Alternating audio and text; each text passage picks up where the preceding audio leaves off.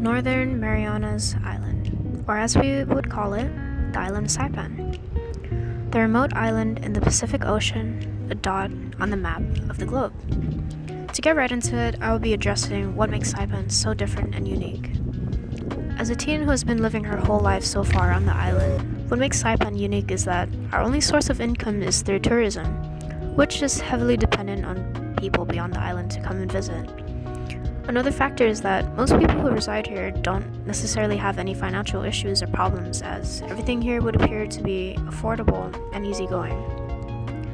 Simply by living with low cost and having to live in an island with many beautiful historical sites, beautiful beaches, diversity of cultures, foods, drinks, and of course, a beautiful community of people. It brings in new opportunities for guests around the world to get a taste of the island life.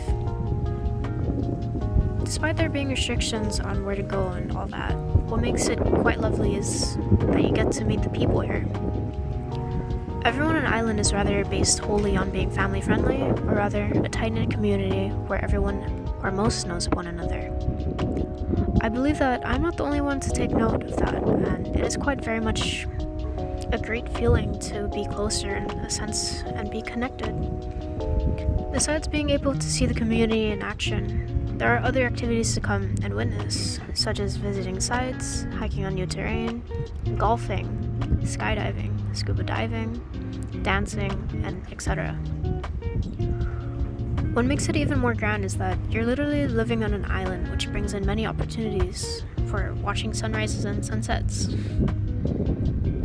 Residing on the island of Saipan is rather blissful and beautiful. Basically, living in paradise, if you will. The island itself benefits those who prefer living the simple and easygoing lifestyle. However, as these points may seem rather tempting or quite pleasant, the island too has its downside as well. As I've mentioned, Saipan is wholly dependent on the idea of tourism taking effect, meaning that it is our only source of income and resources. If we are to recall a few moments such as natural disasters of typhoons and pandemics, it significantly takes a toll on all of us. Saipan may have its glorious peaks, but considering the few people who have stayed on the island and lived through harsh times, I believe they will agree with me too. As me and a few other islanders have experienced from typhoons to pandemics such as COVID-19, it is still affecting us to this day. As the US has their own people to support first, that leaves us somewhat as the last route to receive help. Since the pandemic was still kind of recent, it took a toll on our economy as we received little to no tourists. With the economy down, a few businesses were forced to close down, gas prices increased, job loss increased, and etc. Another thing to consider is the construction that affects our community as it may become a nuisance, but I believe we can manage. But what about the tourists? Considering that Saipan is at a state of somewhat recovery, we are slowly opening up flights to allow guests to come to the island, but with construction going on, tourists may think differently. Picture this. Imagine being able to visit Saipan again after the pandemic and some restrictions, but to be met with construction of roads that may affect the beauty it once held. Don't get me wrong, I do appreciate the effort that everyone is putting to enact a better place, but I feel that we could have done this differently. I feel that considering the things Saipan and its people have experienced, we could learn from it and possibly create different ways we could have balance into our economy and lifestyle outside of tourism.